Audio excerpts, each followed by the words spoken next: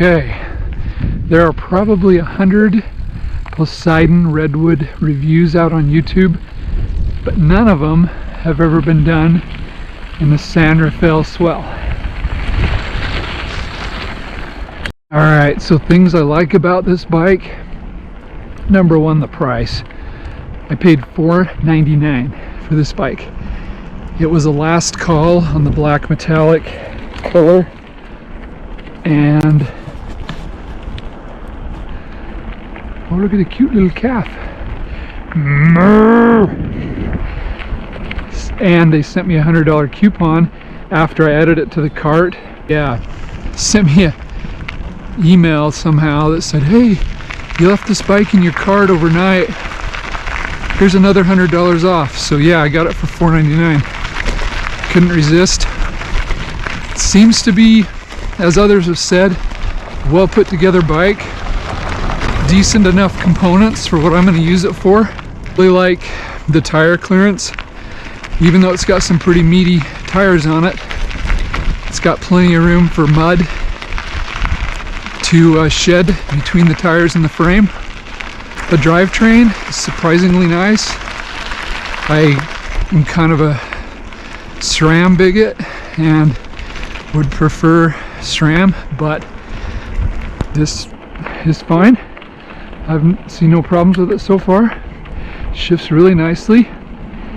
The gearing spaced appropriately for a gravel bike. I was a little shy about getting a 10-speed, but the top gear is plenty high and the bottom gear is plenty low.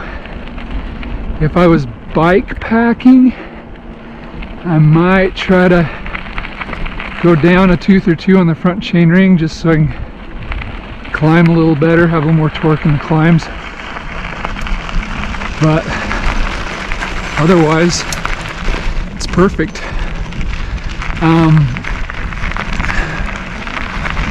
Dislikes, I only have 2 observations so far, well, 2.5. One, I don't know if you can see it, but the way this cable goes into the fork, it's not sealed for moisture, and I didn't see any drain holes in the fork. Maybe there are. I didn't see them, so I'm a little worried about moisture getting down in there and corroding that fork. I know it's aluminum, but aluminum does eventually corrode. Just ask any airplane owner. The only other thing is the saddle is as hard as a freaking 2x4. I'm definitely going to replace that. The other half a complaint is I got a large. I'm 6'1", and I swear the size guide, that was near the top of the size guide for a large, but it's a little cramped. I mean, I love the cockpit. I forgot to mention that. It's very ergonomic, but I feel like I'm hunched up just a little bit. I've got the saddle all the way back. I probably need to extend this handlebar stem out an inch or two. I'll feel more comfortable in the saddle. I probably should have gone with the extra large, but you know, like I say, it was a last call closeout. I think it was like the last size of this color, and they discontinued them. So I'm not going to complain. I got a screaming good deal. Just the kind of bike I was looking for. You know, I had my eye on a Salsa Cutthroat, but problem is, I don't know if I want to hang a Salsa Cutthroat off the back of my truck and go down dusty dirt roads like this in the mud and the snow. And I don't know if I want to throw a Salsa Cutthroat in the back of my truck for fear it'll get scratched. I just don't know if I want to strap skis to the frame of my Salsa Cutthroat to access trailheads in the winter that you can't drive up yet.